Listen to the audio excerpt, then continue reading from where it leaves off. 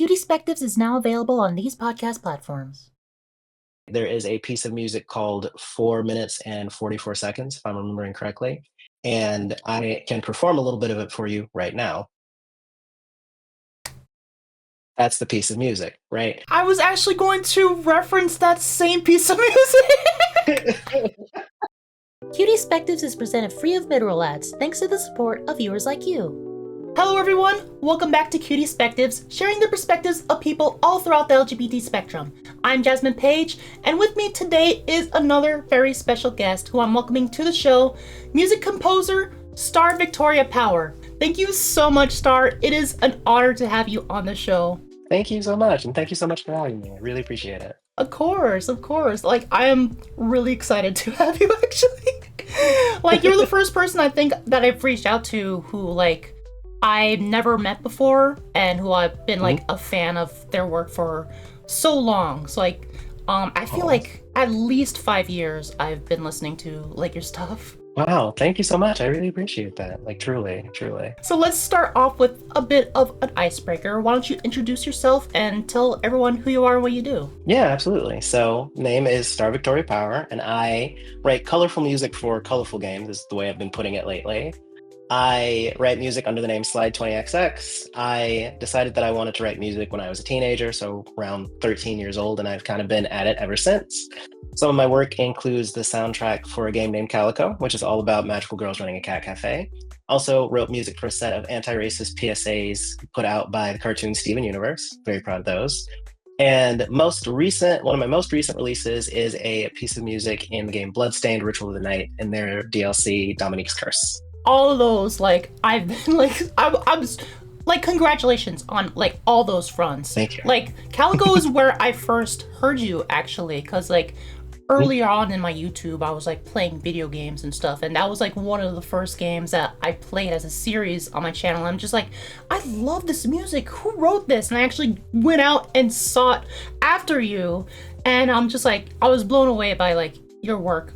Like, after that, like, working on Steven Universe and Bloodstained, like, super congratulations on working on Bloodstained, because I love Castlevania, and I love Bloodstained, Nice. but I digress. Thank you again. You're flattering me. Thank you so much, really. I mean, you deserve it. You're doing some great stuff, like, fantastic. Thank you. So let's go on with, like, some more of the questions before I gush too much. In your particular field, what is your experience with the LGBT community? I think I'll kind of preface this by saying that honestly, I'm a relatively, like, new member of the LGBT community, or at least I guess I don't even know how to phrase this, right? Like, for as I'm sure is true for many of us, 2020 was a year of change. Some things were happening, and I had an opportunity to kind of think about myself. And I had actually an encounter with a non-binary person where I felt, like, very comfortable and very safe, and we were just, like, spending some time together. And they were also, like, someone that I was just meeting, and they asked me what my pronouns were, and I had this moment, and I was like, I don't know. And it was kind of at that point that I realized I'd been avoiding the question since I had been aware of the question, right? So, like, as we move forward in time, I think we all continue to learn more about one another, and kind of the, like, global consciousness around different things kind of changes. And so, this is not really, like, the idea of being non-binary wasn't really a concept for me as, like, a kid, as a child, like, I feel like I did have some internal feelings that I didn't really know how to reconcile, and that I didn't really seek to reconcile. Like, I would joke, like, oh, I must have been a girl in a past life. And that I thought was just a normal, like, haha, making a little joke. I didn't think there was anything deeper to it. But all of that being said, like, some of my best friends have been members of the LGBT community. And honestly, in general, like, the people that I've always been closest to or felt like most at home with have been members of the LGBT community. So even, it's interesting, right? Like, so much of being a composer in video games or even being a musician in general is based around relationship building and going out and meeting people and networking, whatever that means. And it's kind of an undeniable part of who I am that like this community has been where I've felt most at home. So even if it isn't something that I've really thought about in any great depth, and even if it's something that I'm like really continuing to realize as while I did, realize I was non-binary in 2020, I did also have quite a bit of work to do at the time. Um, I don't know. It's kind of like it's not something I seek to get away from per se, but it is something that I cannot escape as just part of being who I am and talking to who I talk to and relating to who I relate to. Yeah, that's fantastic. I feel like we've kind of had like the same journey. Like growing up, like I didn't really like understand who I was either. I know I was just like a little different, maybe, and I didn't know exactly what that was or anything. Um, like, and just recently I started coming out as non-binary, like probably like about 5 years ago, I would say. So like Mhm. it's a relatively new journey for myself as well, and it's a fantastic thing to like open your eyes to more of like what the community holds, because I didn't really know much about it growing up, honestly. But Mhm. regarding Mhm. your particular field of work, how do you feel the LGBT community is represented? I feel like representation in video games in general is something that we're constantly trying to work on. Hmm. Like I run or at GDC at the Game Developers Conference this last one in March, I ran a diversity in game audio panel and were we were having conversations around how to be supportive of one another and we were also like being supportive of one another. People brought issues that they had and spoke about them and all these kinds of things. But I feel like kind of the tech industry at large and any field that is like traditionally dominated by like a certain type of person, like as with those fields, I do feel like there's still quite a bit of work to be done in video games Hmm. and video game music by extension. um but that being said, I would say that we're definitely like here, like we're definitely present, we're out here, we're meeting people, we're working on projects. So I would say, and actually, in addition to that, I would say that I've been going to the Game Developers Conference for, I think, over a decade at this point, and it is a very different space than it used to be. Like, it feels much more Hmm. inclusive. I'm seeing more, like, far more people who look like me in a number of different ways, right? Like, from my race to people who maybe present more colorfully and more exuberantly, right? Like, I do think Right. the industry is definitely changing, in my opinion, for the better, right? Like, I think diversity is a good thing. So it's something that I'm happy about. 100%, 100%. I'm so glad to hear that like the industry is developing in that field more so. There's a lot more representation that I'm finding in like modern games coming out Mhm. lately, especially in the indie scene. I feel Yeah. like the AAA scene needs a little more catching up to do, but they're like they're mostly trying to please everyone, and you can't really please everyone. So they're trying to play it safe, I feel like, but I feel like we're taking steps in the right direction, and I'm glad that Yeah. you're seeing that in these panels that you're doing as well. Yeah. Yeah. Absolutely. In your opinion, what are your thoughts on the community as a whole? Warm, accepting, open. Um, Really, those are the three words that I would say have captured like my experience. I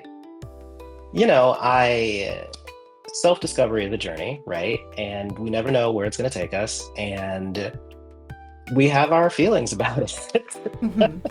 I feel like I'm saying both nothing and everything at the same time with that. But basically, what I mean to say is, as I have continued to discover more about myself and kind of bring that to my friends and my community, I have found nothing but acceptance, and that has been lovely.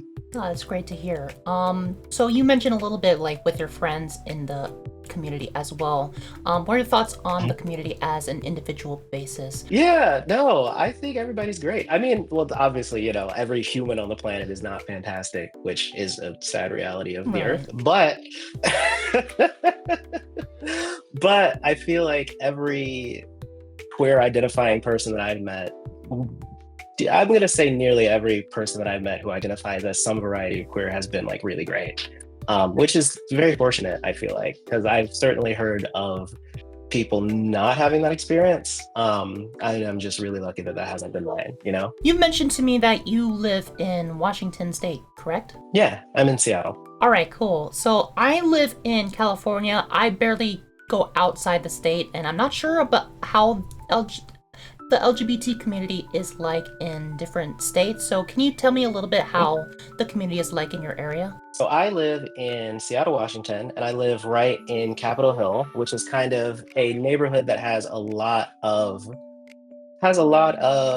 what is the best way of putting this? I don't know. It's like this is a community, like this specific part of the city is a place with like a lot of representation, right? So one of my favorite things to do every summer is to go out in Capitol Hill for Pride, and I'll like go. They like shut down part of the street. They've shut down one of the streets that I live like right next to, and have like performances and like a little market where you can like go and buy things, and like everyone kind of goes out and everyone dresses and looks fabulous. I like think that I dress and look fabulous. Yeah. And it's always really beautiful in the summer, and that is just one of the highlights of my experience in Seattle. And that's like during the day, and then during the night they shut off like these other streets that are kind of close to me, and the like little nightclubs and bars that are over there actually like spill Yes. out into the street and like fence off part of it. So like what is usually just like a club and an interior becomes like an interior with like a patio and then like a huge performance venue like stage, and it is wonderful. It's like so much fun, honestly. It's one of my favorite things to do. So like having that, and then there's like other pride events, like I'm thinking about a thing in the park and like all of this kind of stuff. So I feel like there is a population here that is so enthused to be out at things like that. And Pride in the summer is like really where you get to really see it. But I feel like that energy is kind of present throughout the rest of the year too. You just have to kind of know where to look for it. That's incredible. I love hearing like about like other states like Pride events, because like LA Pride here is like huge. It's massive, and like they do the same thing where they close off like several streets to have like the giant parade every year. And I've been going for like the past 3 years, I believe. I think this year will be my fourth. And Nice. like I'm always excited. So many, like all the time, pretty much. Amazing. In particularly with many people pursuing careers in various media industries, sometimes it can be difficult, almost impossible for someone to say that they've truly, quote unquote, made it in whatever industry you reside in. With so many prolific credits within your resume, like Bloodstained, Steven Universe, etc., would you yourself say that you've made it? That is a fabulous question. And it is one, oof, that's a great question. It's a tough question too, right?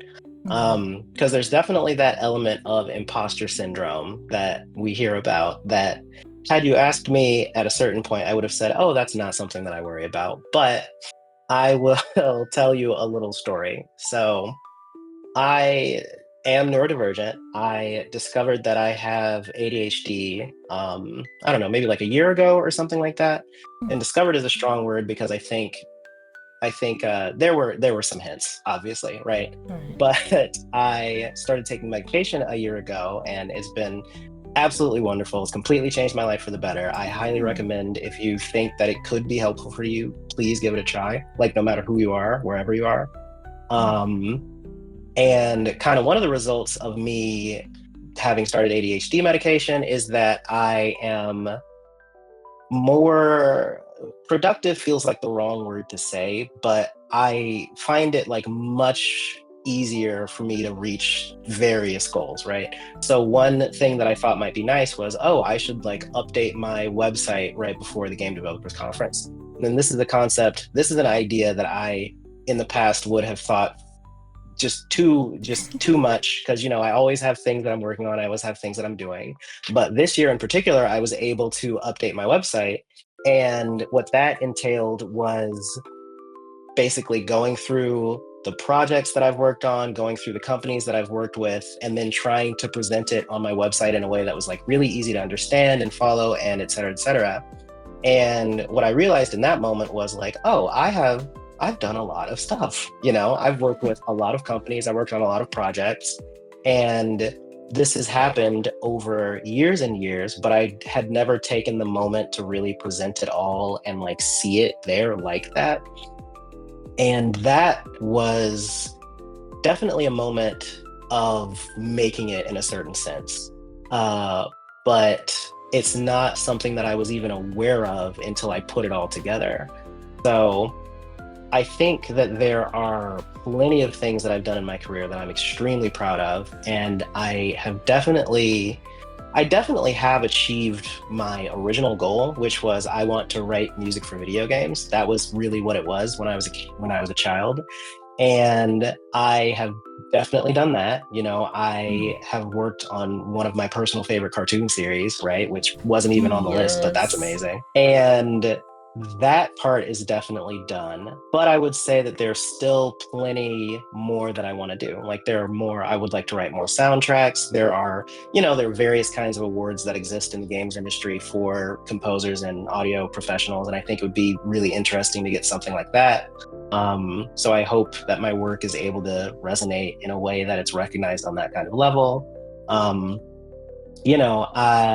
The games industry, it's no big secret that the game industry is going through a lot at the moment. It's very difficult for a lot of people out there, and I've had projects and things affected as well. So I'm definitely no exception to that rule. And I think I think all of us as creators, we want to have careers that feel like more resistant to these kinds of changes. You know what I mean? Like, it's one thing to be a even as a small example, and I'm not a person who has a million streams a month, right? But it's one thing to be a person with a million streams a month, and then to be a person with 10 million streams a month, and then a person with 20 million streams a month.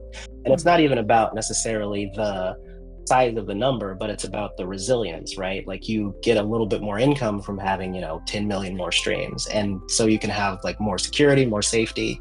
Maybe you can like expand your concept of what your life is when you have that kind of a reality. So I think there's always more to be working towards. So, and I don't know if there's ever really a feeling of being done per se either, if that makes sense. So Right. have I made it? Like sort of. But there's still like plenty of stuff that I want to do. In my view, like making it the label or the phrase or however you want to say it, is almost kind of innocuous because like how do you define what is it? How do you define making it? Right. To me, making it, as you've like kind of expounded upon right now, is that to me it means finding comfort in the success that you've achieved so far.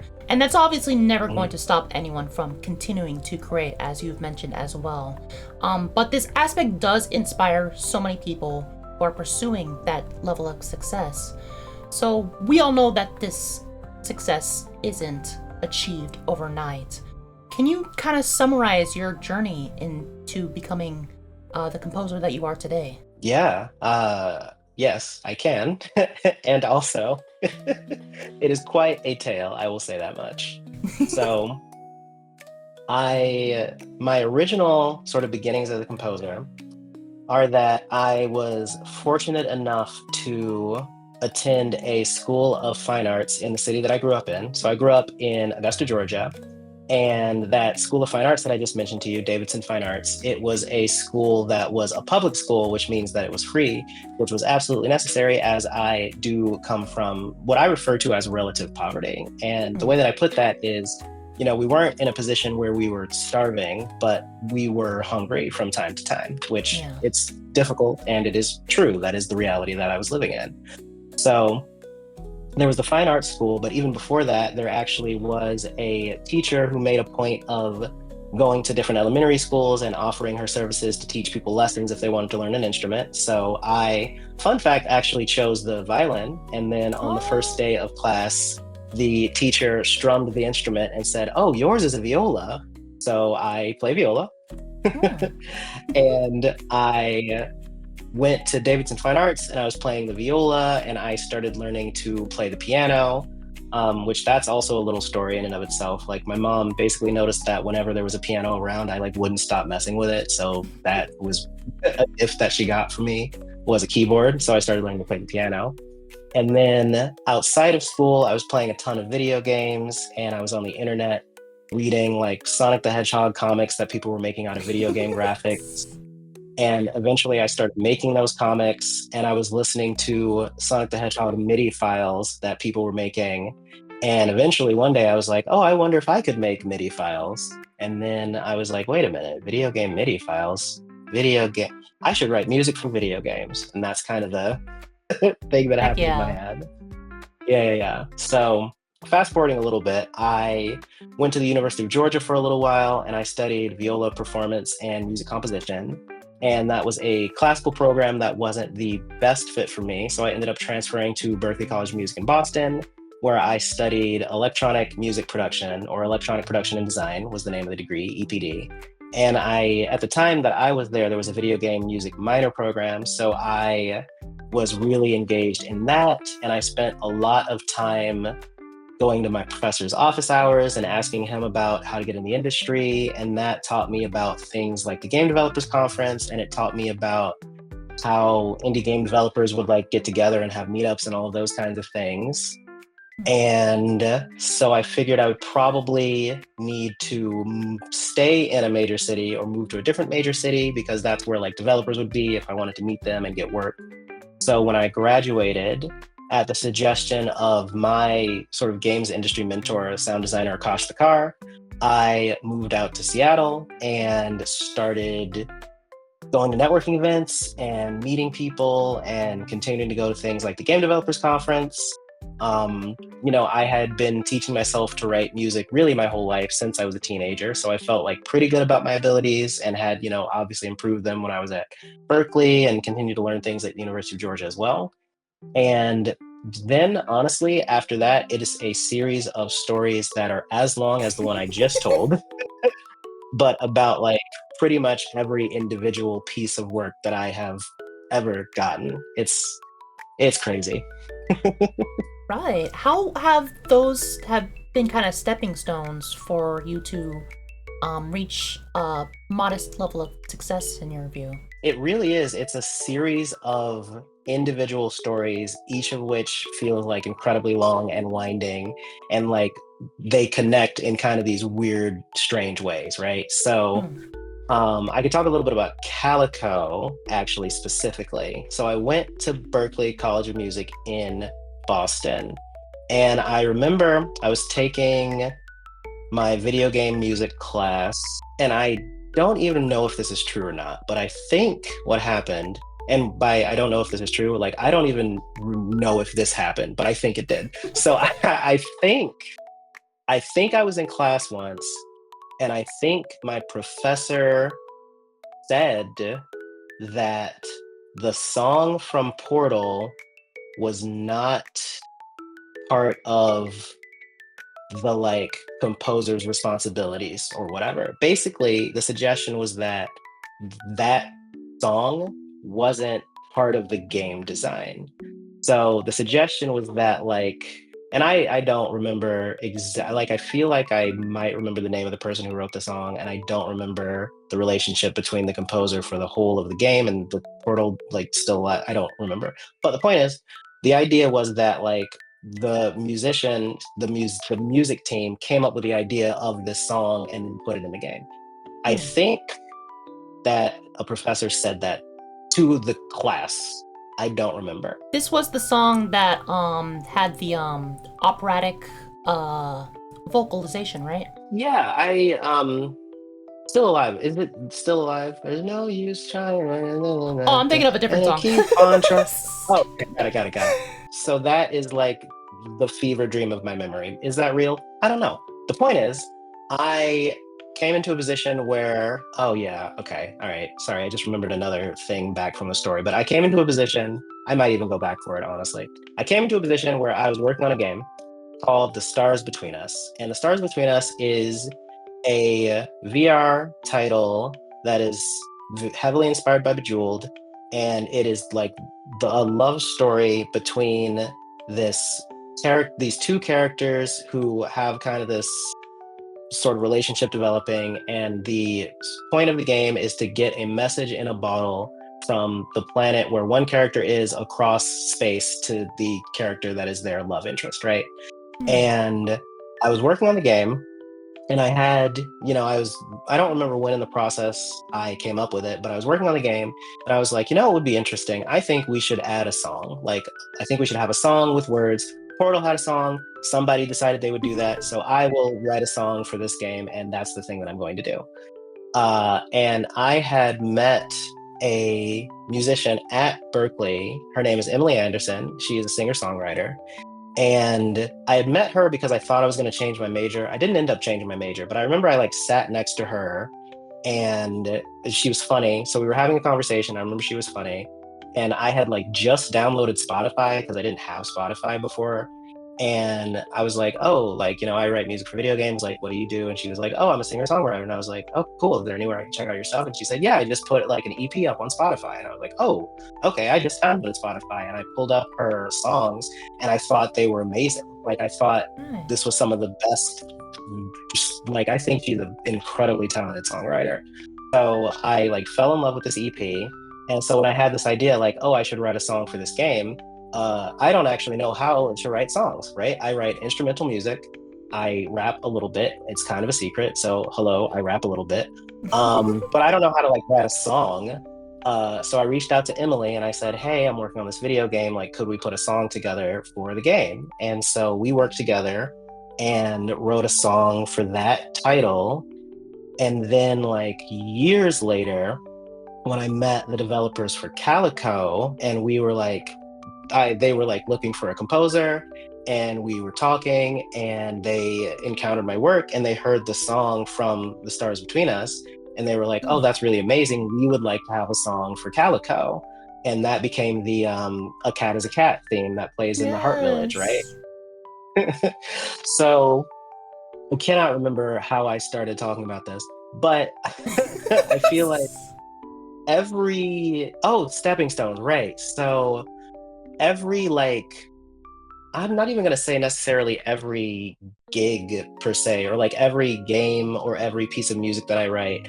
It's every encounter that I have in the games industry, and it's not necessarily every single one, but it's so many things lead into so many other things, and you really have no idea where anything is going to go. So you put yourself out there and you keep doing stuff, keep meeting people, keep being a nice person, keep making work and keep making good work, and tell people that you're making good work and be nice about it. And eventually things just kind of lead from one place to another. So as long as you're very intentional and mindful about that part of your journey, then I think it's really quite inevitable for things to work out well. It just takes a lot of time. Right. I feel like that's the same for any career. Going through college for film, one of the biggest things that one of my professors said was the most important thing to learn is networking. Well, if you want to make it in the industry, it's networking.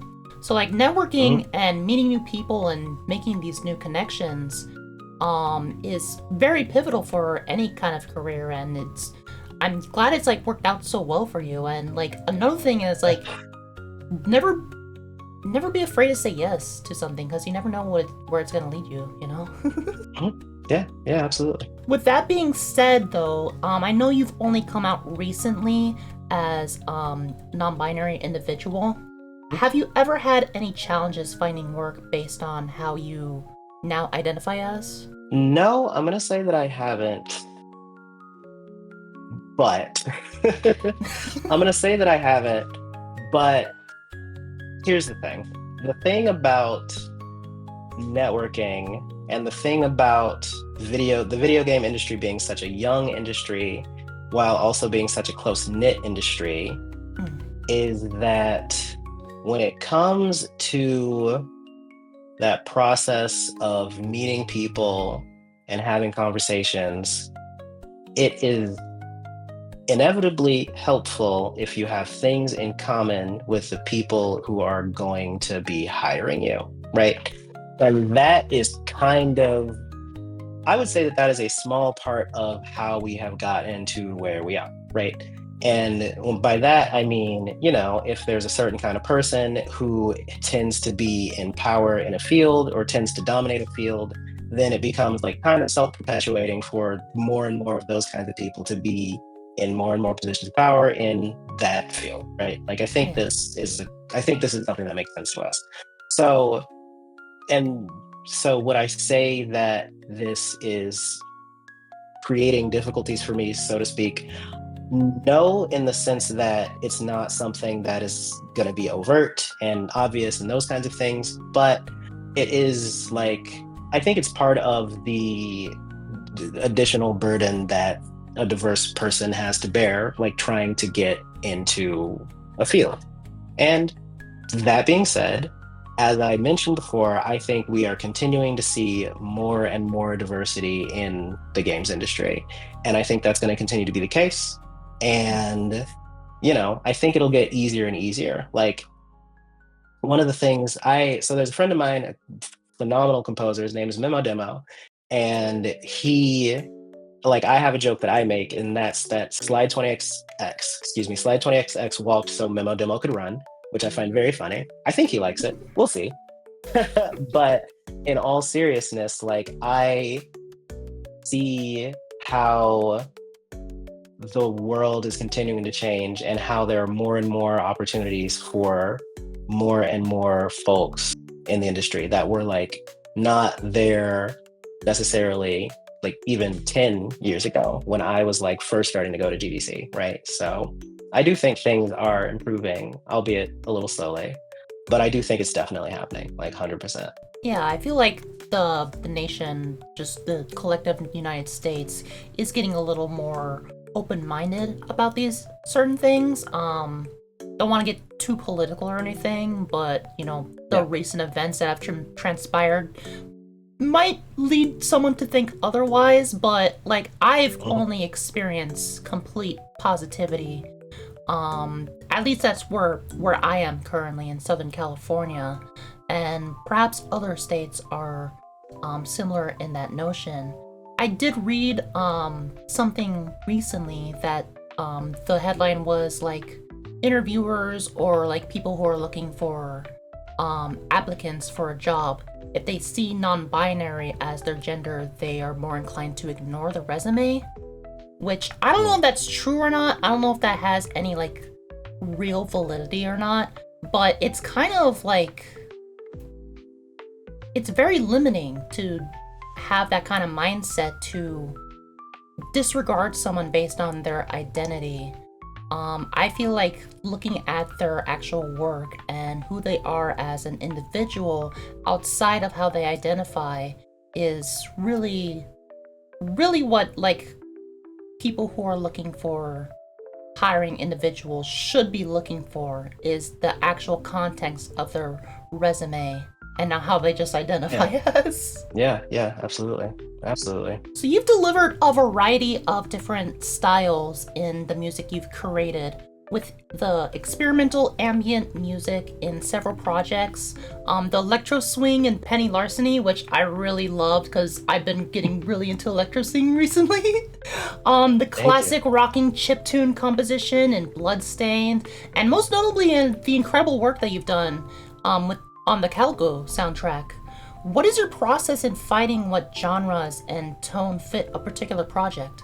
Yeah, yeah, yeah. So that is actually one of my favorite parts of what I do. Okay, when I come into a project, right, I have my experience as a composer. So I have the library of like everything that I've ever written. And then I like to think that I have a library of like everything that I've ever heard, everything that I've ever listened to.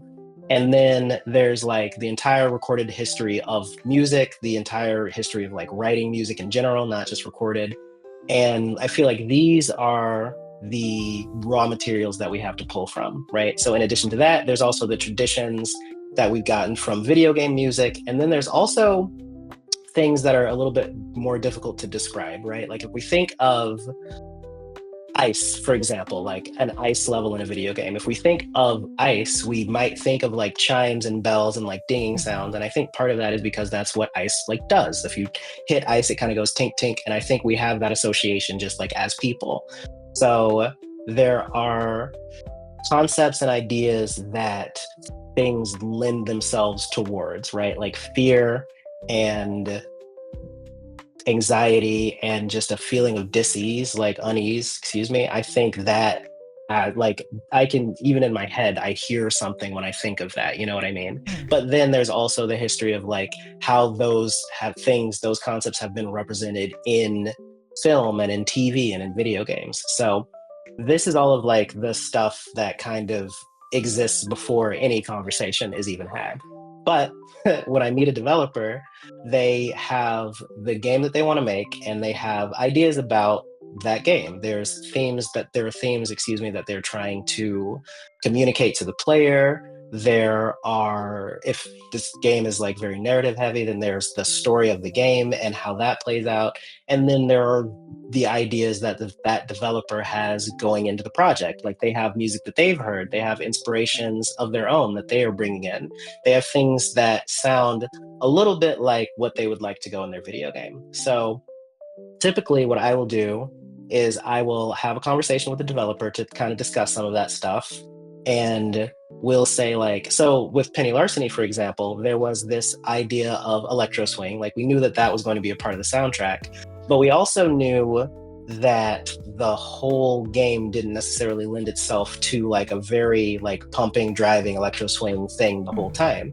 So what we ended up discussing and working out was this idea of like electro jazz, right? So, you know, there's swing and jazz and the relationship between those. Yeah. And electro swing specifically has such a strong identity that it made sense to lean away from that electro swing sound specifically, but to still maintain some of the elements of it and some of the character of it.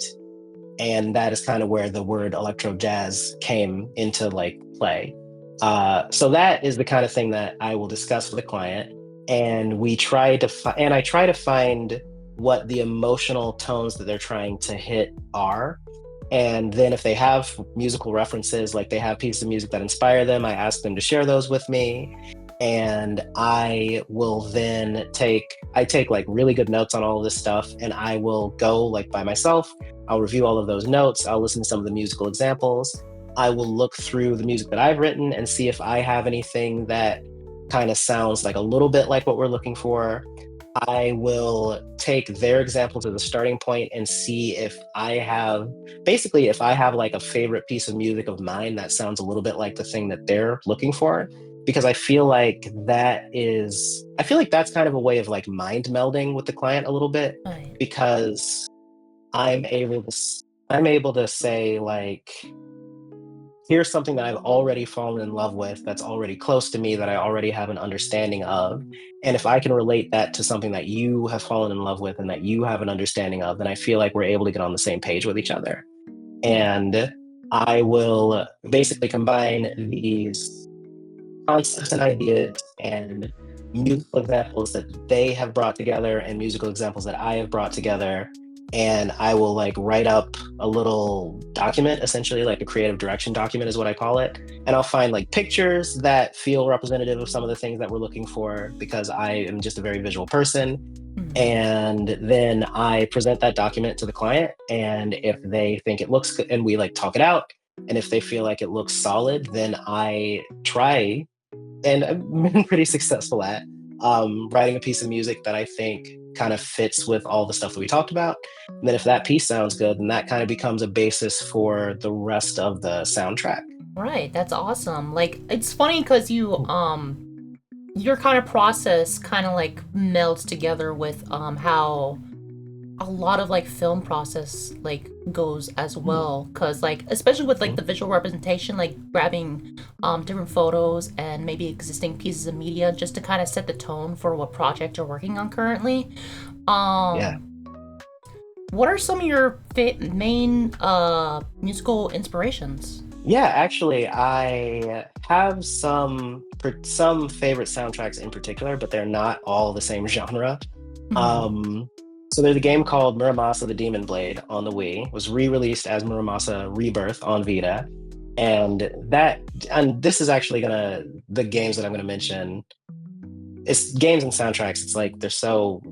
I'm because I have a list of like my favorite games that I'll go through, and I'm realizing that the favorite soundtracks are kind of the same list. Not exactly the same, but kind of. But anyway, the Muramasa soundtrack is this beautiful blend of like traditional Japanese classical music with traditional Western classical music with like rock. And the soundtrack also does this really interesting thing where half, like, they'll have a piece of music, right? And half of the piece of music will be sort of traditional video game music in a sense, where it'll have like a melody that kind of goes through and does the things that we expect melodies to do. And that'll be like the memorable part of the piece of music.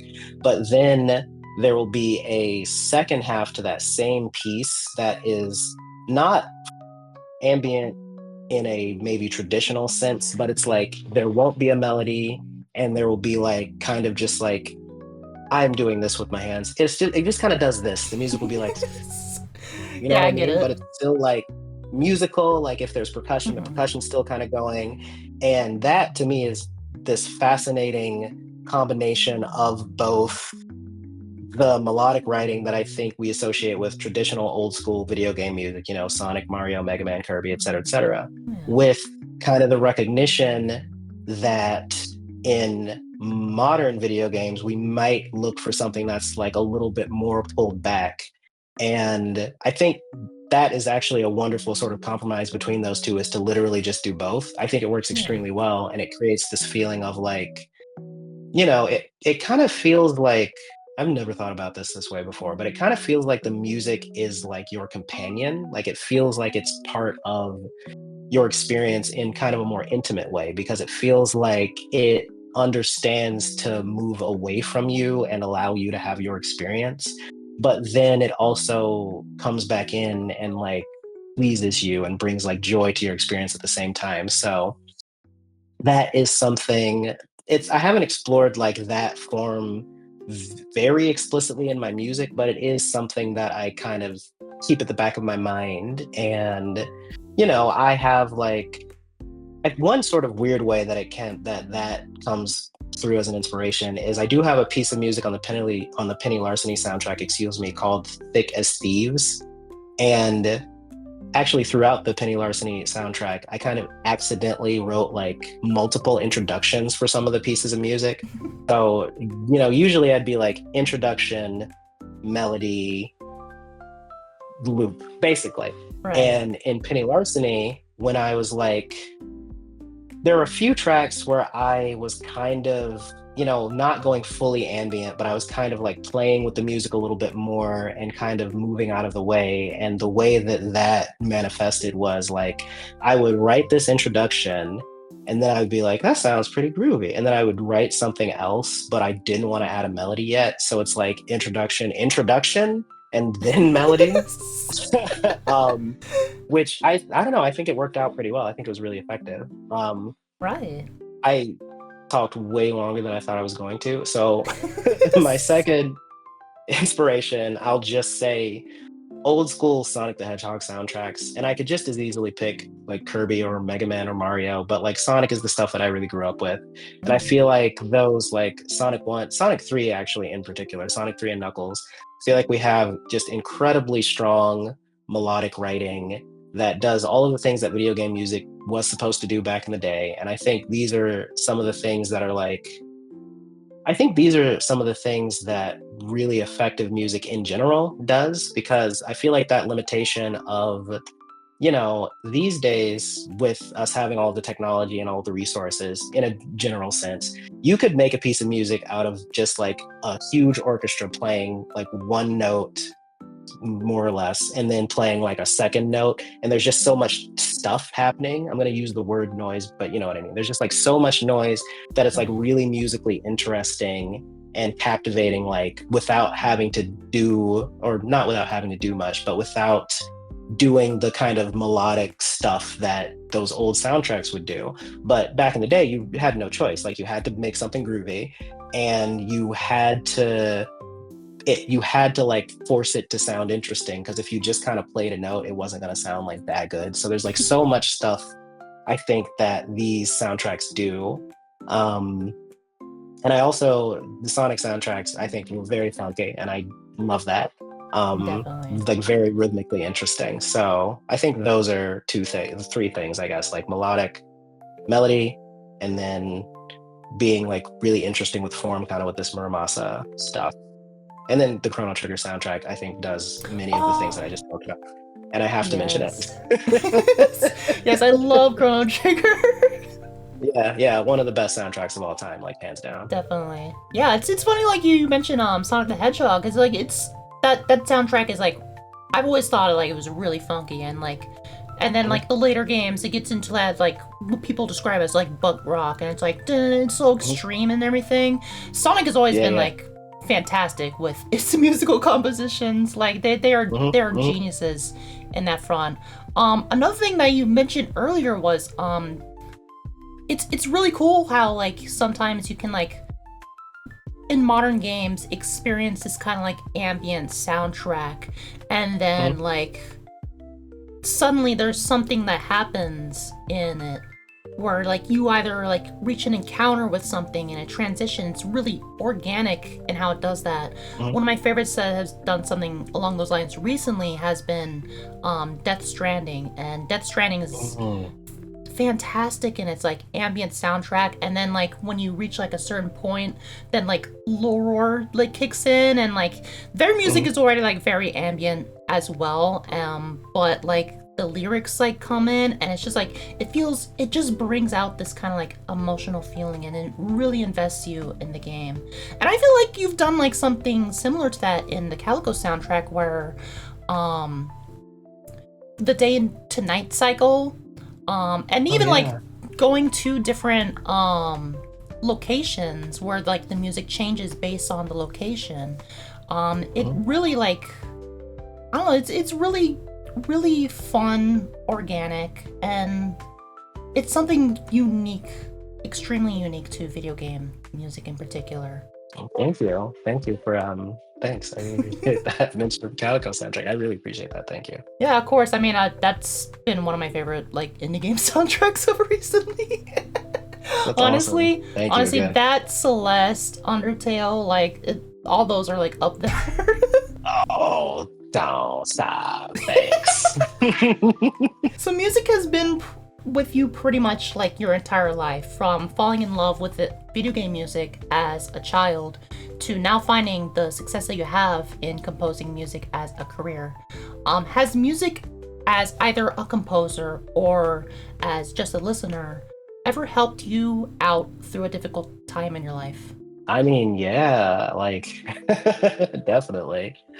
Um, what's funny is that I don't know why this is the example, but so like I mentioned, undiagnosed ADHD, that was my life until very recently. And first off, pretty sure I had music playing like most of, if not all of the time. Like to the extent that one of my habits, okay, so I have playlists for different occasions, but it's like the same playlist for the occasion. So I have a work playlist. So whenever I'm about to start working, not every single time, but a good amount of the time, I will put on this work playlist and I'll listen to it. And that like basically helps me change my emotional state into a state that's like more suited for working. I have a going out playlist that I do the same thing. Like if I'm going out to meet people or going out to like dance or like whatever, I can put on this playlist. Even if I'm like a little tired and I feel like getting it together, I'll do that. Um, I have a playlist for the gym. I have a couple of playlists for the gym. But the example that came to my mind, and this was by no means the most difficult time in my life, but it is something that I distinctly remember. So I was at the University of Georgia, and I had this like, I think it was an English class. I don't know, but it was so miserable. I hated this class.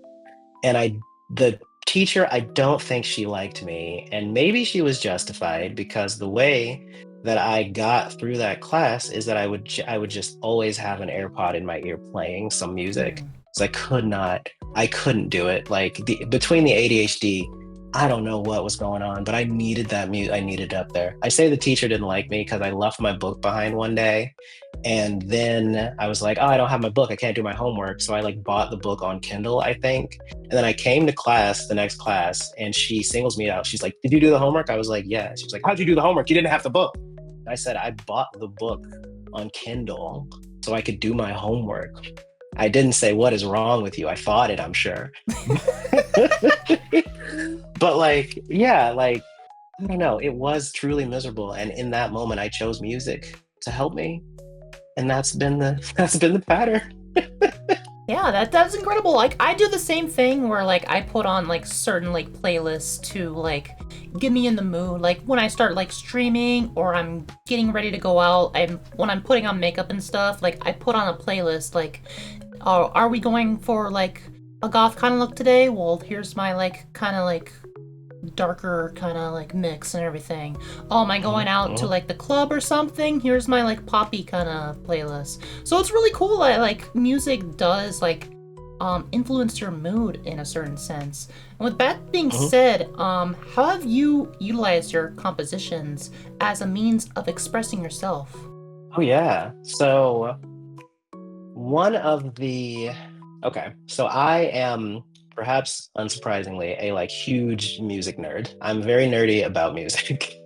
I have very strong opinions about how music should be written, and I express those by writing my music. Um, I okay, all right, we're doing this. Okay, so I took a class called Electroacoustic and Acousmatic Music, and quite a number of the pieces that I wrote in that class I released in an album called Meditations that's streaming on Spotify, et cetera, et cetera.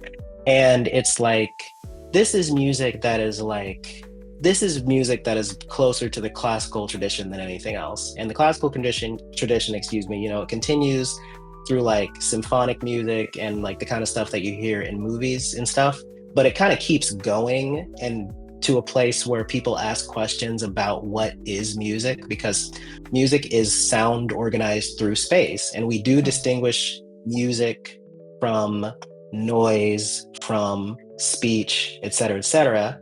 But kind of to illustrate this point, there is a piece of music called 4 minutes and 44 seconds, if I'm remembering correctly. And I can perform a little bit of it for you right now. That's the piece of music, right? So it I asks was you actually in a going concert to hall. reference that same Yep. piece of music.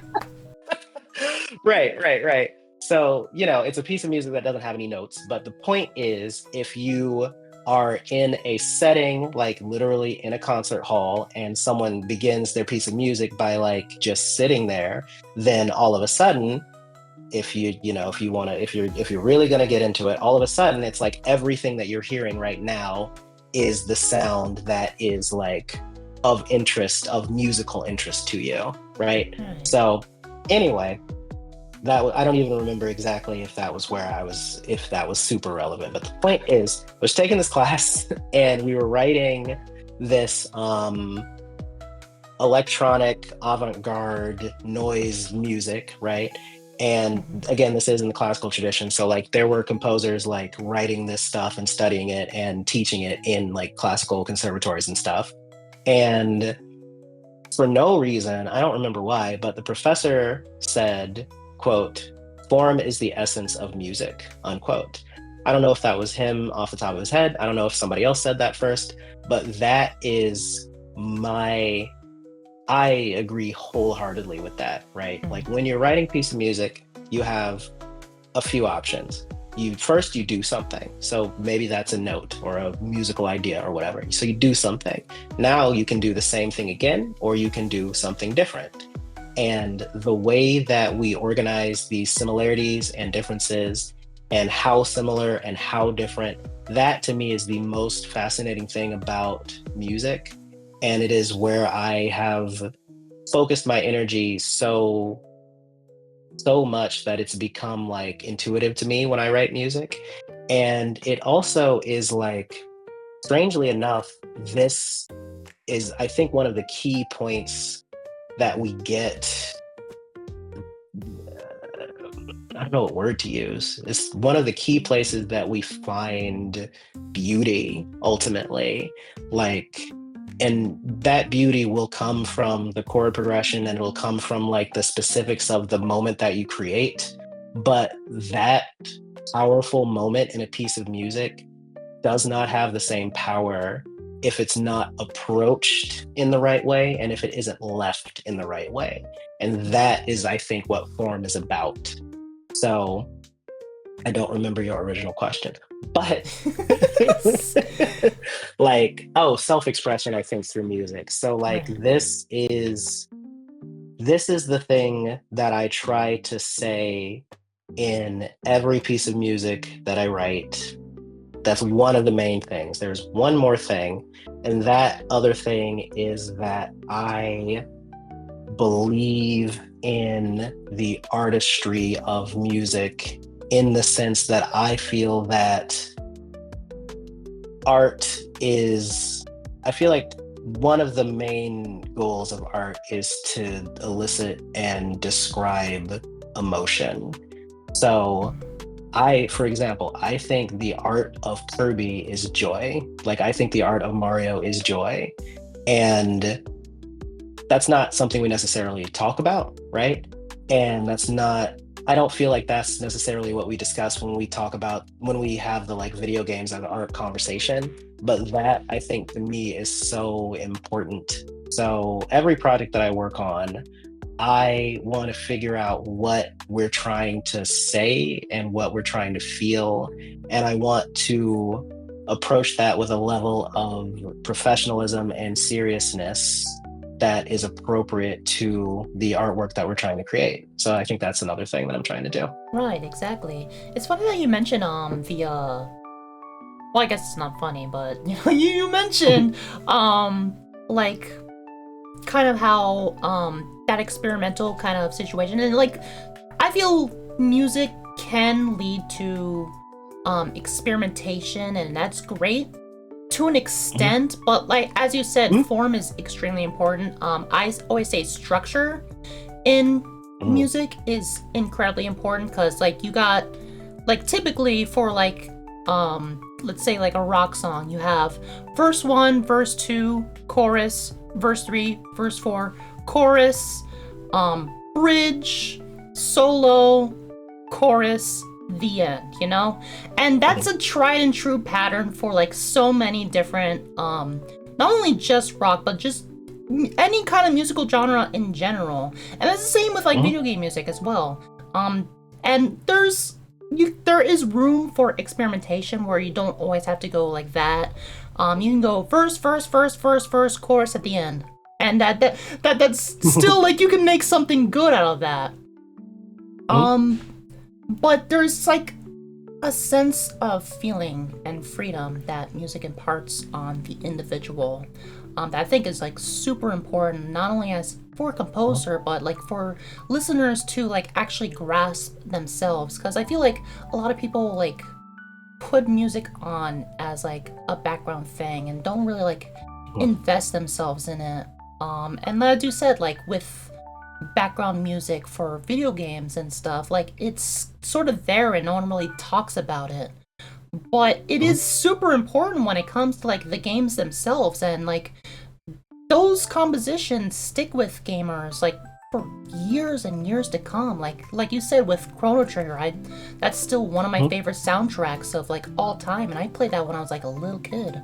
Like there's so many like different like little like variations of that, and it feels like I am free when, for lack of a better word, like it feels like I'm free when I'm like listening to any song that I really love. it feels like That's I amazing. am able to do things that maybe I couldn't have done, like if I'm not listening to Hmm. music.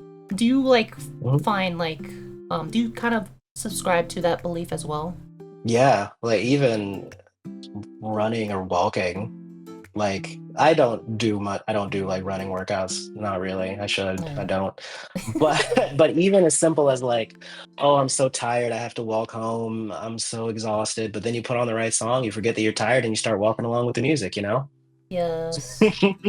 This one time I put on the soundtrack to the Moon. I'm not sure if you know that game. It's like an Mm. uh Oh RPG yeah. Maker Yeah. game. Yeah, Yeah. Ken Yeah. Gao is the composer of that, I believe. That soundtrack is beautiful. I played it walking home from school when I was in Mm. college, and it was one of the best walks I've ever been on. Everything Nice. just looked so much more vibrant and beautiful, you know? Ah, that's amazing. I love that. So let's continue on. You are quite knowledgeable when it comes to factoring in different genres in your work, as one in your position should be. What is your view on society's collective shift in popular genres throughout history? I am a huge music nerd. We have discussed that, right? Mm-hmm. And that means that I do have very strong opinions about music, as you might expect. And that means that I really like the music that I like. And in my personal life, in my own listening of music, I am very quick to pass on a piece of music that I do not like. Like, I will play it for about 5 seconds and then I will skip. That is the kind of person that I am, right? Valid. That being said, and I will also add a caveat that I have had some song thrown on me, but that has to be an artist that I trust. I have to trust you if I'm going to do that. Mm-hmm. But anyway, so, okay. So there's definitely been, so there is classical music and the history of classical music, and then in parallel, the history of like music that is not classical. So for the sake of simplicity, I'm going to say pop music, but I mean Right. non-classical music. And there are definitely values in traditional classical music writing that I personally enjoy. And I feel like a lot of those values we find in the writing of video game music. So that is a like very clear parallel that I've seen. And the other thing is I feel like those are the values that we find in my opinion, in the most effective non-classical music that exists out there. And many times these songs that are able to do this kind of stuff become like Grammy award winning songs and albums, et cetera, right? Mm-hmm. Those values I think are very solid. I think if we just you hear it, like I think these are things that you hear in music that you listen to. And I think it gets recognition. And there's a lot of stuff that's on the radio that I don't like personally, you know? So, but what I will say, I definitely do not subscribe to this like idea of, oh, everything in the past was better, that I think some people have. Yeah. And also, let's not, let us not, we cannot we can't talk about music without talking about culture, and we can't talk about classical music versus non-classical music without talking about who was making classical music and who is known for making classical music and who Right. is known for making non-classical music, et cetera, right? There are some things that I'm implying that I won't get into, but you get it, right?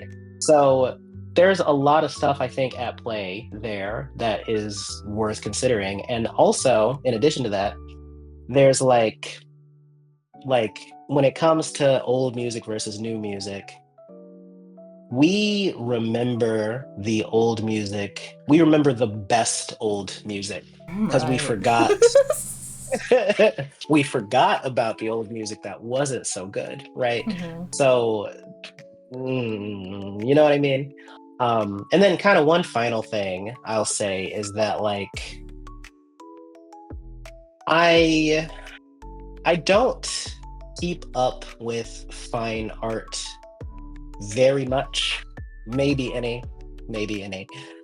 um, but there is kind of an idea of sophisticated high art versus entertainment.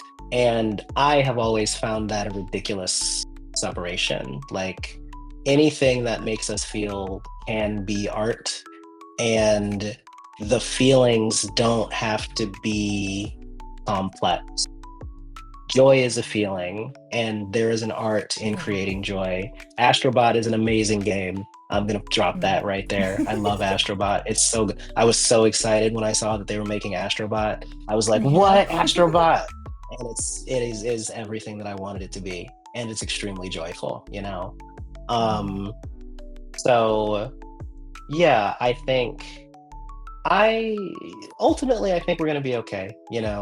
I do think it does happen that I d- I think I wish that we built society in a way where more musicians could just like make a song that was really good, and then everyone would be rich and famous and taken care of mainly. Yeah. It's not even the rich and the famous, it's the like I wish everyone who was good at music could pay their rent, you know what I mean? Um so, there's definitely like there's stuff at play, like genres that are more popular and do better and et cetera, et cetera. But I think there is always going to be an appreciation for like stuff that is written really well. And I think that is good. So that's kind of my feeling about the shift. Like, I think it'll be fine.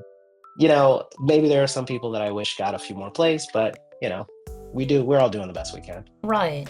In my eye, honestly, if we're looking at like what is the popular music genre, um, Mm, in my eyes, I kind of find that it tends to repeat itself throughout history every now and then. mm, Um, right now we're kind of like in this age of nostalgia, so to speak, where like some older genres are coming back to the mm. forefront. Like one of my favorite modern genres is synthwave.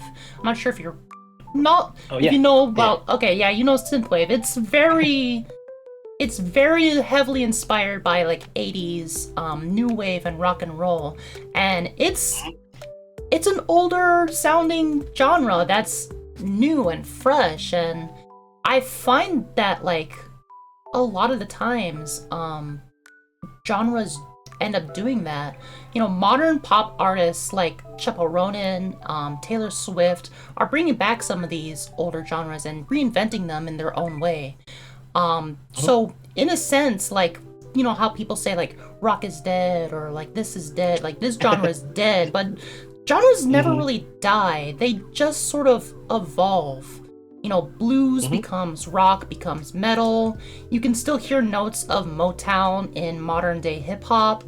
mhm. But lately I've also witnessed like a shift in popular internet remixes.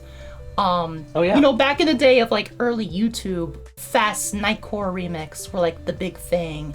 And nowadays, the new generation seems to prefer the slower, more melodic lo-fi remixes. This aspect Yeah. is Yeah. not Yeah. only like present in like online that I've seen, but also some several popular musicians nowadays have also adopted this trend, like Billie Eilish and like her like kind of like slower pieces. Cigarettes After Sex is like getting really big, and Sleep Token in the rock scene.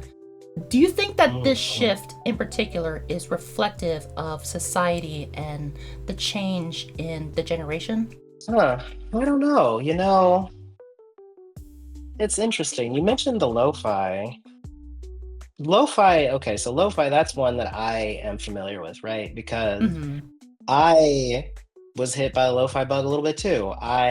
In 2016, 2017, something like that, I remember I had like just moved to Seattle, and it does rain a lot here, but so it rains a lot. It rains enough, but it doesn't always rain. Like it'll people have referred to it as spitting, which I do not like. But it's like a mist. Like there is water in the air, Right, right. which we call that rain. But anyway, the point is, it was cloudy, it was dark, and I found this lo-fi hip hop mix called Oh no. There was a sequel mix called To Be Alone. What is the original mix called? It was on Chilled Cow was the name of the channel, and I think they changed the name of their channel. Hmm. I remember the first piece of music from anyway, the point is there was this one like video of collected lo-fi hip hop tracks, and I was like, oh, this is great. And then it became my like I needed music that was like relaxing and like kind of somber because it was so dark, but I didn't want it to be like so heavy that I like was like "Ugh." And that was like what this particular lo-fi hip hop mix was for me. And that has me wondering, that has me wondering do we seek certain kinds of art to reflect a global consciousness? Mhm. Like, are there feelings that people are having, like all people? Are there feelings that we're all having that we are trying to reflect in our music, in the choices that we make in terms of listening? Are there feelings that we're all having that we're trying to like maybe cheer up or like relate to or like whatever? I have that question because I know like lo-fi was my I need something a little sad, but like not too sad. Originally, that was like what that genre was for me. I wonder like, are we all stressed out for reasons? And do we want something relaxing? I wonder that. But in addition to that, there's also, and kind of another aspect of that is that like this was a lo-fi hip hop mix on like YouTube. And it's like kids are on YouTube and that's where they're getting their music maybe. And then it's Mhm. like, well, whatever's popular on YouTube is going to be what's popular with the youth. And then that might drive culture. And then it's like, okay, so the way that we shape our society in terms of the way that people are exposed to things then has an effect on what is ultimately created because like blah blah blah. I hope that makes sense. There's like I feel like I could keep talking and kind of talk about that, but No, like I get it. I I'm wonder, following. yeah, yeah, yeah. So that's something that I wonder about as well, right? Because there would be like a generational shift aspect there as well, right?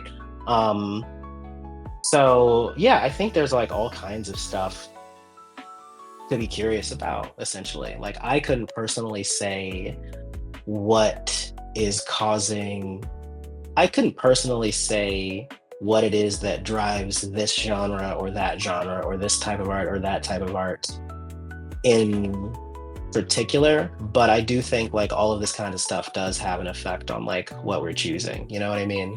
Yeah. Like, or even like the way that things are distributed, right? Like I used to watch stuff on like Netflix and such, but then the like season was over for like everything that I was watching, and then I just kind of stopped watching stuff.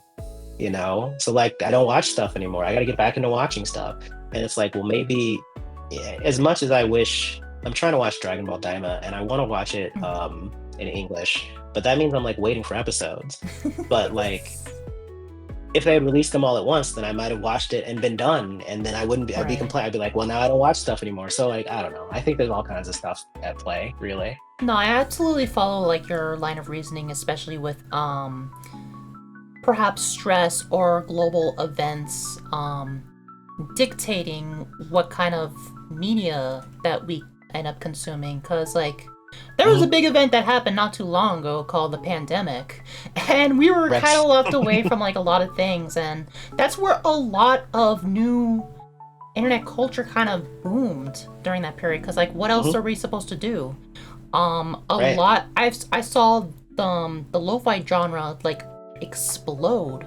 Like I know it was a Mhm. thing before, but like it definitely like resonated with a lot of people during the pandemic, and it's kind of like this slower, somber, like kind of isolation, maybe that Mm. perhaps people feel that kind of collective thing. Um, Right. Another thing that came out of it was the fairycore kind of like fashion, and like Taylor Swift ended up releasing like this acoustic album with like a very heavy fairycore vibe, and like these slower Mm. songs have been like kind of like coming out of the woodwork and getting us more into getting these things more into this popular culture. And I feel like it's also like sort of like this generational shift With my generation, Gen Z, coming out, there's been studies done that showcase that each new generation is more empathetic and listening than the last. And that's kind of the vibe that I get with like lo-fi. It's this kind of like slower piece of music that you can kind of listen to, and you can stop and slow down in life. It doesn't have to be like Yeah. a rush all the time, you know? Yeah, yeah, I think that makes a lot of sense. I think we're all collectively getting tired of rushing. Not Rush the band though, they're my favorite. I always listen to Alright, with individuals such as yourself who compose background music, it's more often than not that an artist presents their work outside of the spotlight. Many unseen artists remain anonymous to the general public due to the types of work that they create being expertly implemented in their overall production. What are your thoughts on background artists whom remain unseen and how that affects personal identity? That's something that I've been thinking about quite a little bit lately, honestly.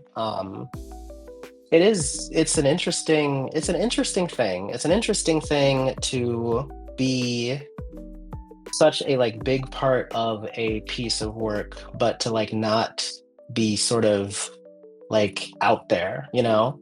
And I think, you know, composers honestly are not known for being the most extroverted people in general. Mm-hmm. Um, I myself identify as an ambivert. I think I would say that I had a full life as an introvert before I decided to become more extroverted, essentially to be like more effective as a like business person, like composer, like in the Right. world, you know, meeting people and stuff.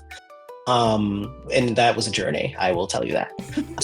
um, so, you know, I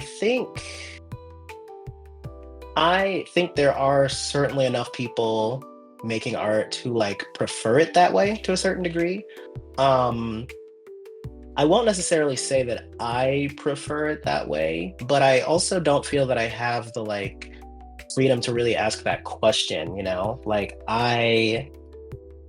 And what I mean by that is like, I know that the more that I'm able to like put my work out there, the more work that I'll ultimately get to make, right? So would I like to be completely out of the spotlight? Like, I don't even know because I don't feel like I can afford to ask the question quite yet. Right. As far as personal identity is concerned, it's an interesting thing, right? Because, you know, thanks to the work on the Calico soundtrack in particular that I've done, although as an aside, a level complete jingle from The Stars Between Us is my most streamed track, and I don't understand Oh. that. I don't know how, I don't know what happened, but somehow like 500,000, I think people found that and like were like, yeah, this is great. And I'm like, hey, I think it's great too. I'm so glad, you know? Awesome. Um, but that kind of actually lends itself to my point a little bit. It's really interesting to see these numbers of like even 100 people listening to a piece of music that I've written.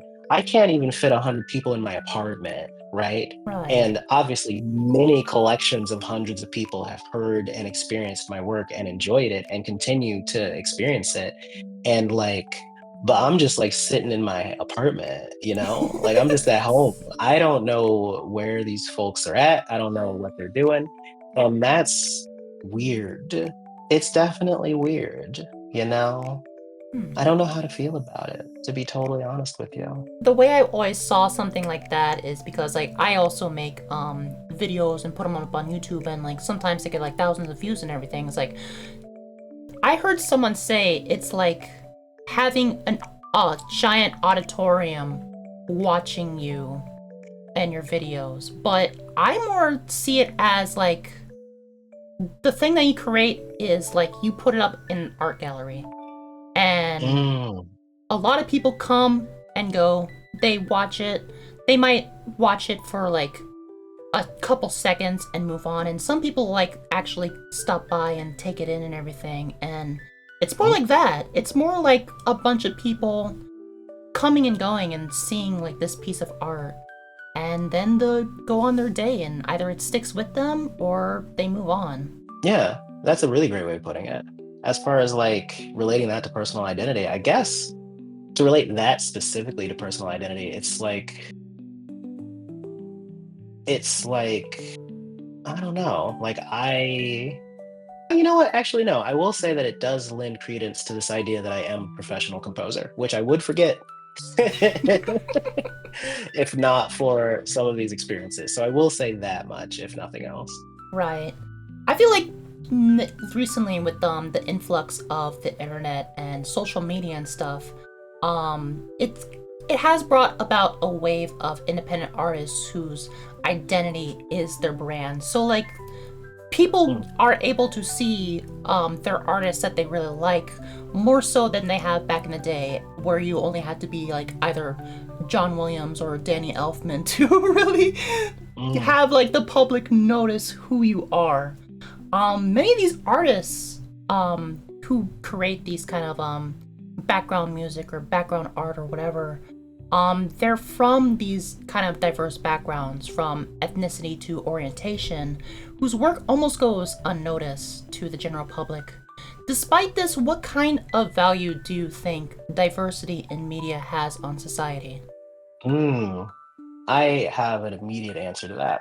So I and this is an example that does involve a little bit of violence in terms of the art.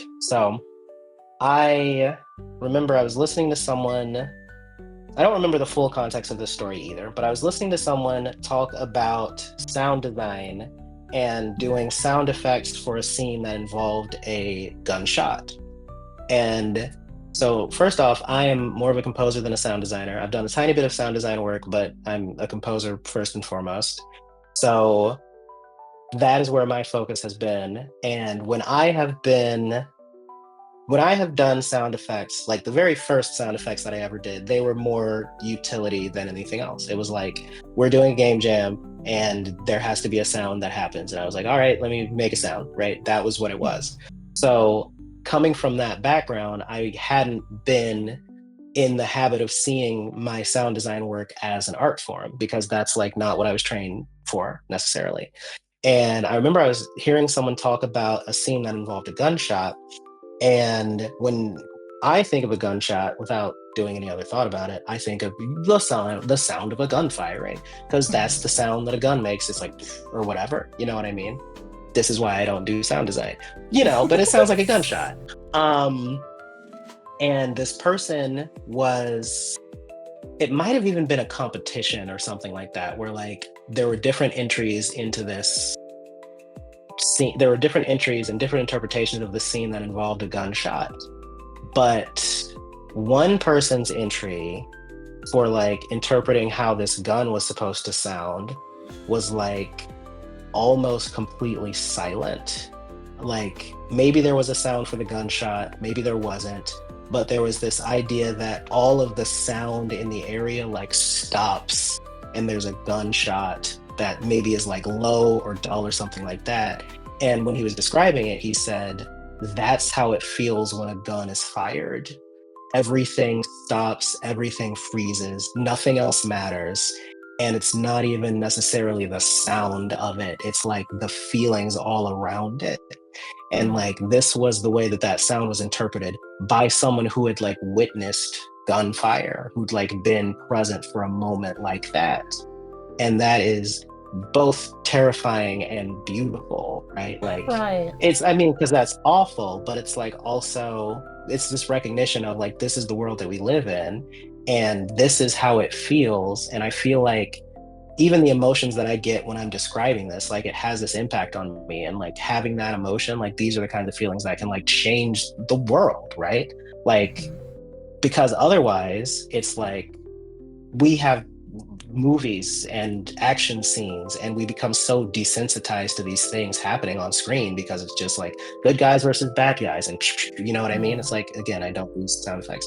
um like, but to really get into the place of like feeling that, it's like that is so powerful. And if we I feel like there are so many perspectives that bring humanity to so many different things. And I feel like for humanity to move forward, we need to see more of these perspectives. And like that is the value of diversity in our art. It's like there is so much happening all the time. And I think we as a species, like as the human race, I think we have to empathize with each other more. And I think art is an opportunity for us to do that. And so we need to see the stories of people from like all walks of life. Like that's what I think the value is. Absolutely. 100%. Like, I fully agree that I am also of the belief that diversity in media is absolutely intrinsic as a value to society.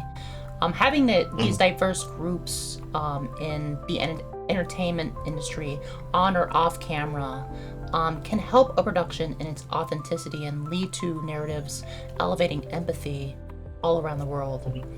How do you think this aspect of the anonymity of the unseen artist affects representation as it appears to the general public? I think in the past, we might have assumed that everyone looked the same in terms of the people making our work. I think we might have made that assumption.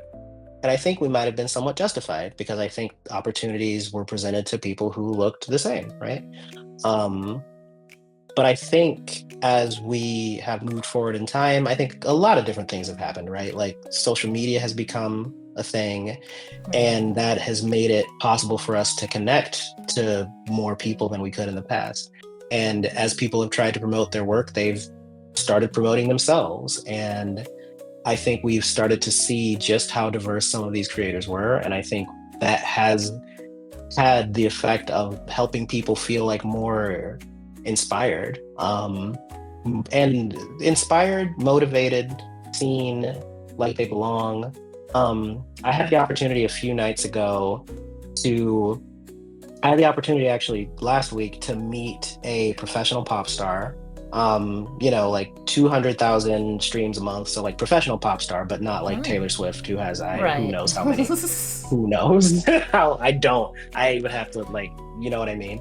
So I actually was hanging out with her and I saw another musician perform who I would give their Spotify stats if I'd looked them up, but I haven't yet. But the point is, I was actually, so I was hanging out with them after like a show that I had gone to where they had both performed. And the first artist that I mentioned to you was saying to the second artist, like, I didn't know that you were on the board of directors of this organization. It was like a charity benefit concert or whatever. And these, both of these individuals were Black women. And she was saying, like, I, have known you and I have seen you perform and I didn't realize that you were doing that. And it very much felt like the part of the message that she was taking from it was like, oh, this is something we can do. Whether or not she sought to do it herself, it's like if I feel like that was the message that she was saying. It's like, this means so much to me. Like, this is something we can do. And that I think is huge. And once again, I've forgotten your question. No, you're answering it pretty good, but it's basically like Yeah. how do you think the aspect of the anonymity of the unseen artist affects representation as it appears to the general public? Yeah. So I think people, they might get that impression that it's all one type of person doing stuff. And I think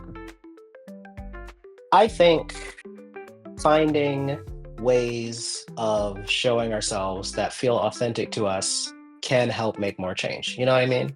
Like, interestingly enough, I've been on Twitter like since Twitter was a thing, and Twitter, I don't like it anymore for Yeah. reasons. But back when I did like it as much as I could manage, because it was, even before it was what it is now, it was still Twitter. I remember first of all, the name that I used before starvictoriapower did not give any hint about my ethnicity. I don't know that starvictoriapower does, to be frank, but it certainly didn't before. and I was using like a symbol like SL20, like a little 8-bit font in an 8-bit font. I think that's on my website somewhere. And I was like, I definitely was like putting out some chip tunes, not a lot, but I was putting out some chip tunes. And I was like, I don't know. I remember one day I just had this moment where I was like, if I don't, with the name that I had, I was like, if I don't put a picture of my face up here, people are gonna think that I'm a white dude. Because they were. Because they were. They just were. And I was like, I don't want that. I just didn't want that. That's not what I wanted. I am not a white dude. I didn't want people to think I was a white dude. And I'm not saying anything else. That's all I'm saying. You know? So I think we gotta find I don't think we gotta, right? Like I don't think people need to do things. I don't want people to make themselves uncomfortable. But I do think it is helpful if folks are able to find ways of showing who they are that feel authentic and comfortable and safe. I think that is good because, you know, you never know who you're going to inspire, excuse me. Yeah, exactly. And it is cool to see like so many like different diverse people like coming out of the woodwork and like revealing themselves as who they truly are. Like you recently coming out as a non-binary individual is like that's really inspiring to like other non-binary people, like especially for me, like when I found out that you were non-binary I was like, oh my god, that's so cool. So would you say that this aspect of the unseen artist affects in any way the identity of an artistic individual's perceived self? I think in some ways, you know, the world continues to change and we benefit from some of these changes and we maybe don't benefit from some of these other changes, right? So the game industry has grown like in many ways my life parallels like the growth my growth parallels the growth of the video game industry, right? Like when I was a kid, like when I was a child, an actual child, indie games like weren't really a thing. And I don't know when Cave Story came out, like I don't have the release year, but All it was a right. game that I was like aware of, you know what I mean? I was aware of Cave Story. I don't remember when I played it. And when Twitter became a thing, like when Twitter was invented, I the first thing that I thought to myself was, oh man, I can follow like game developers because I was aware of some indie video game developers. Like I was going to some of these creators' websites, playing their Flash games or like downloading their exe files and just running them because that's what you did back in the day. You just downloaded an executable. It's great. Um, no DRM. Anyway, in all seriousness though. So the kind of the positives, some of the positives of this kind of thing are you creators like myself, right, have been able to enter the industry because of the internet. You know what I mean? Because things have been democratized and the tools have been easier to access and it's been easier to make connections and stuff like that. On the other side of it, because the industry is as large as it is becoming less and less of a story for a composer to like actually a composer these days you're really not going to go onto a job board and apply to a job and then you start working at this funny little company called Sega and then you know in 20 years you know what I mean, like we that kind of thing, we're done with that, like that's kind of over, right? Right. And so I said yes and no to this original question because I think if you're in a position where you did start back in the day and you've written music for 20, 30, 40 games or whatever, like, but nobody really knows who you are, I think is that could feel weird. Like, I could certainly imagine that feeling weird. And that isn't a position that I'm in, so I can't say exactly how that would feel. But I find it like when I imagine myself being in that position, like I could find that I imagine that would be a little uncomfortable. So I think that's the kind of thing that can build up, that can definitely build up like over the years. At the same time, I think it is a subtle thing. I think it's a thing that takes a while. And I think it's a thing that's like not quite as likely nowadays because so much of what we have to do now is putting ourselves out there. So I think we're less likely to see ourselves really in that kind of a position Right. because like that's just kind of not how things work anymore. And then also, since it is so subtle and since it does take so long, and since, again, so many composers are introverted, I think most people are like kind of okay with the amount of it that they're gonna experience these days. That's what I would think. Yeah, I feel like it honestly depends on the individual, in regards to like that feeling of like this is imparting on myself because like these people don't know who I actually am. And it really just really depends on like the individual. I would assume you know, background artists not being like rock stars or something like, or you know, they're not getting chased by paparazzi, but like they made some like incredible work and like they've inspired Mhm, people and they've changed lives almost even. Like there's some mhm. like tracks out there that I like, these songs have like changed my life in a sense, and Nice. I have no idea anything about their personal life, you know? I don't even know if I know what Yeah, they look like. But like right, yeah. these you're creating art, and like that's what like you should like be focusing on, is like you've made something, an incredible piece of work, whether you're going to get receive recognition for it or not. Like these pieces that you're creating are important to someone out there, and they're you should feel like proud of that, you know? Absolutely, 100%. All right, my last question. Do you have any advice for people like you who are pursuing music, either in video games or otherwise? Yeah, absolutely. Most important thing is don't give up. Never give up. Don't give up. Don't give up. It's going to be hard. It's going to be challenging. It's going to be difficult. And the only way to get there is to keep going, no matter what. And I also think success is inevitable. I think that if you continue to do something and you continue to innovate in your approach, you continue to ask for advice, you continue to seek out resources, ask for help when you need it, continue to meet people, continue to do good work, I think your success is inevitable. Um, so yeah, some a little bit of like more concrete steps. If you aren't in a position where you have made a lot of art yet, or if you're not in a position where you're writing stuff frequently, I would say definitely change that.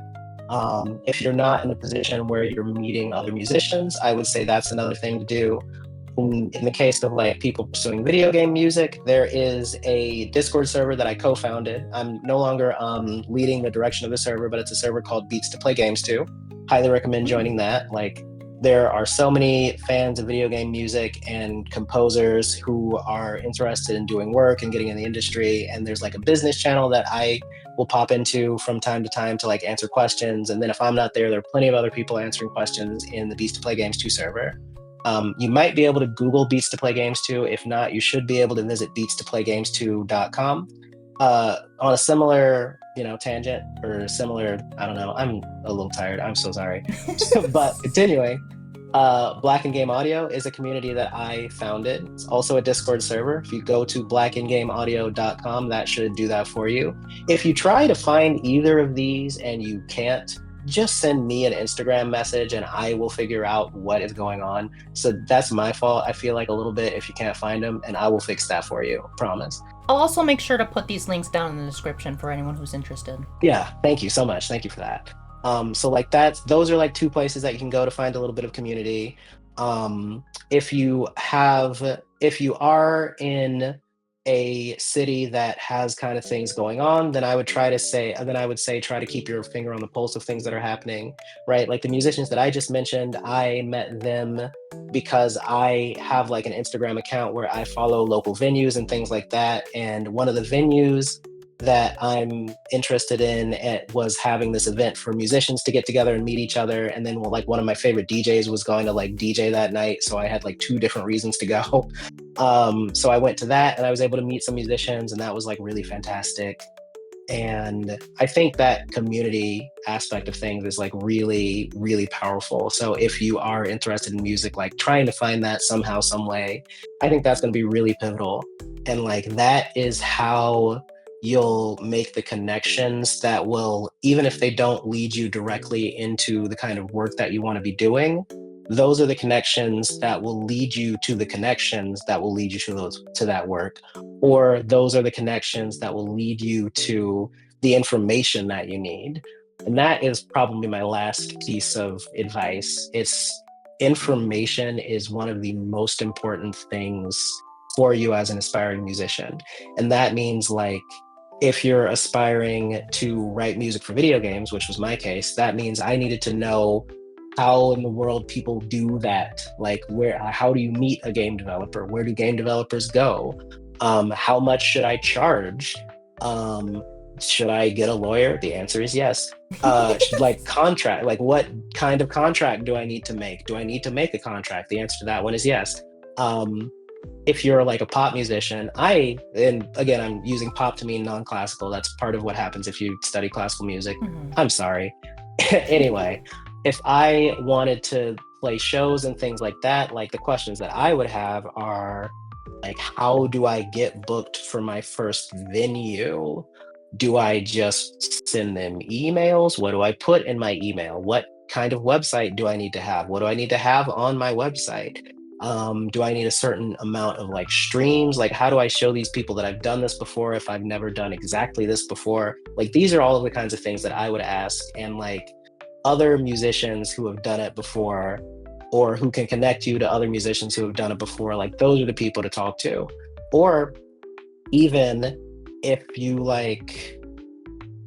you don't feel like that is as accessible to you, if you are a musician who wants to play a venue, going up to the bartender and asking, hey, how do musicians get booked at this venue? Which could be a little intimidating, but like, you got to start somewhere. So those are my pieces of advice. Like, always keep going, try to find some community, and try to get that information, because if anyone has ever done it before, that means you can do it too. You just need to know how. Exactly, 100%. All right, that about wraps up my questions. Thank you so much for joining the show. I'll remind everyone where they can find you. Yeah, so I, again, am starvictoriapower. If you Google that, you'll find all kinds of stuff, but specifically, you will find that I make music under the name Slide20XX. And you can find at Slide20XX on Instagram and on Blue Sky. Those are two places that I am very prominent right now. http://www.slide20xx.com. That has a handy contact form where you can reach me at, and you can always send me an email at hello@slide20xx.com. And yeah, that's where I'm at. All right, thank you so much again. Please go check them out in the link in the description. Show them all the love and support. This has been Cutiespectives. I'm Jasmine Page, and I'll see you all with another special guest next month. Until then, take care of yourselves and have a great day.